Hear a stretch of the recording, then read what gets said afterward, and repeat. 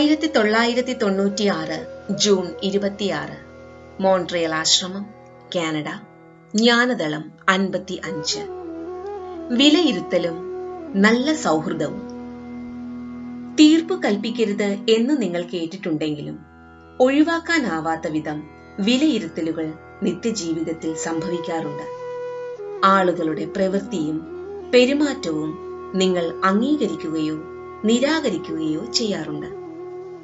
പക്ഷേ എല്ലാം മാറ്റത്തിനു വിധേയമായിക്കൊണ്ടിരിക്കുന്നു എന്ന കാര്യം സദാ ഓർക്കുകയും വിധി നിർണയത്തിൽ തന്നെ ഒട്ടിപ്പോവുകയും അരുത്. ഇല്ലെങ്കിൽ നിങ്ങളുടെ നിർണയം പാറ പോലെ ഉറച്ചുപോകും. അത് നിങ്ങൾക്കും മറ്റുള്ളവർക്കും ദുരിതമുണ്ടാക്കും.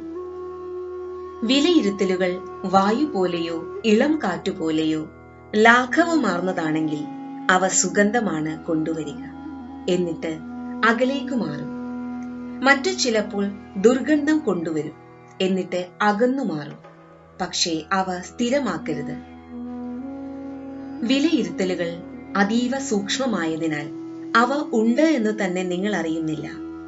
ആരെയെങ്കിലും വിലയിരുത്തുന്നതോ വിലയിരുത്തുന്ന ആളെന്നോ മുദ്ര കുത്തുന്നത് പോലും വിലയിരുത്തലാണ്. നിങ്ങൾ സ്വയം സ്നേഹവും കനിവുമായി സ്വത്വത്തിലെത്തുമ്പോൾ മാത്രമേ എല്ലാ തരം വിലയിരുത്തലുകളിൽ നിന്നും മുക്തരാകുന്നുള്ളൂ.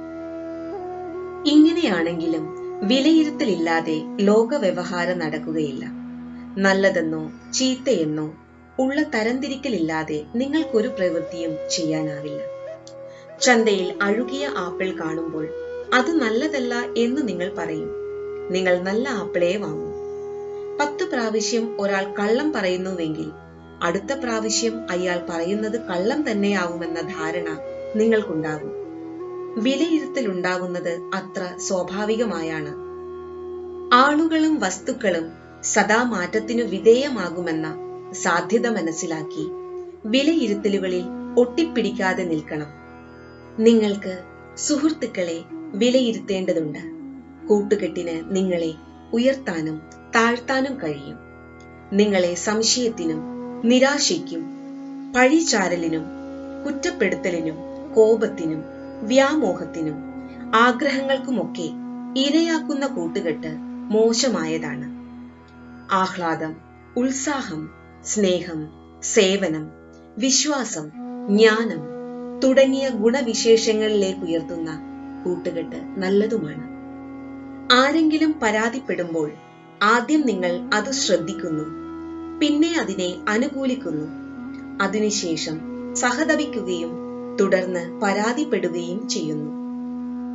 ഡെനീസ്: അത് ഞാൻ സമ്മതിക്കുന്നു. അങ്ങ് പറഞ്ഞത് അങ്ങേയറ്റം ശരിയാണ്. റോബർട്ട്: അനുകൂലിച്ചു കഴിഞ്ഞു.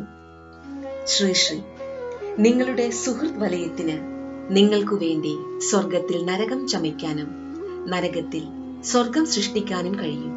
നിങ്ങൾ സ്വയം വിലയിരുത്തുക. ജയ് ഗുരുതി.